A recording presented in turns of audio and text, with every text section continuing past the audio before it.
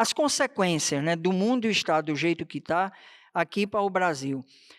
Há pouco tempo atrás você disse que o Brasil se assemelhou aos Estados Unidos, copiando o modelo de governo, e a gente percebe que isso passou não só pelas redes sociais, né, a utilização que foi feita na campanha, e aí em seguida também por gestos, né, que o governo e decisões que o governo ia tomando, e lá, né, acabou havendo uma interrupção desse processo, né, a população fez esse movimento e na troca, né, de presidente houve aí então a saída dessa era do Trump. Qual sua perspectiva disso em relação aqui ao Brasil? Estamos caminhando para isso também?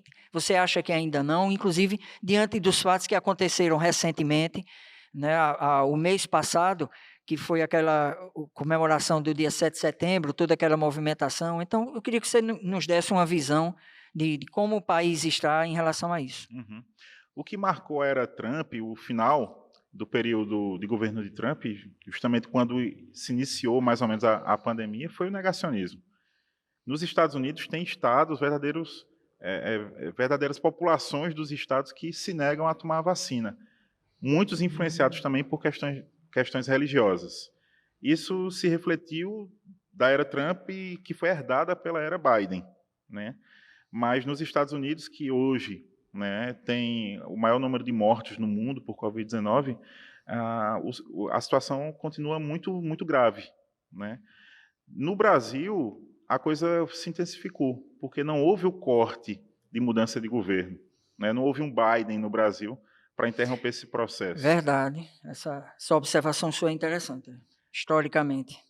Como não houve o corte, então, todo esse sistema de pensamento de negar a pandemia, de buscar, de influenciar as pessoas intencionalmente, principalmente através das redes sociais, para tomar remédios que não têm nenhuma comprovação científica, para desestimular o distanciamento social, o uso de máscaras, inclusive em passeatas, em motocicletas e manifestações públicas Festivas, né, festivas. não com finalidade até que teve a inauguração de algumas obras, algumas mais assim, nessas festivas, sem a finalidade, né, de ter uma intervenção do Estado ali para o bem da comunidade com alguma obra, com alguma.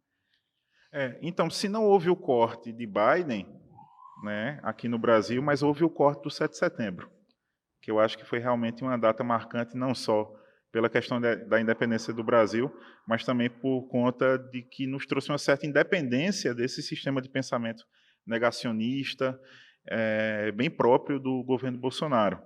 Houve um certo limite ali, e uma cena também que me passou pela minha cabeça aqui, que você disse que no caso do Brasil não houve esse corte. Não houve, me parece até em relação ao presidente, né? Porque com a retirada de Dilma em cena, entra o Temer, e mesmo com a retirada de Temer e a eleição do Bolsonaro, num momento crucial, o Temer volta a entrar em cena, fazendo aí dando uma orientação, digamos, para quem não consegue, né, porque é assim que a gente observa, não consegue ocupar ainda a cadeira de presidente, fazendo a nação caminhar nesses pontos, né, que é o meio ambiente, a educação. Aí, como isso tudo vai sofrendo de tabela, né, se desestruturando e se desorganizando. A gente não sabe exatamente como se deu esse contato, essa intermediação do Temer com o Bolsonaro e o STF, né? Porque assim, o que nos chegou de informação é que foi bom para todo mundo, de certa forma. Algumas pessoas até dizem, foi uma coisa boa que Temer fez para o Brasil, né? Porque fez esse meio de campo entre Bolsonaro e alguns ministros do STF, né? Mas no STF como um todo. E foi bom para o Temer, né, porque ele ganhou visibilidade, ele apareceu novamente no campo da política como um protagonista.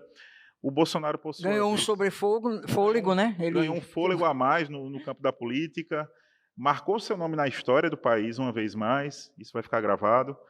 E, ao mesmo tempo, o próprio Bolsonaro, ele pôde dizer o seguinte, olha, né, eu não baixei a cabeça, na verdade veio um terceiro aqui que me disse, olha,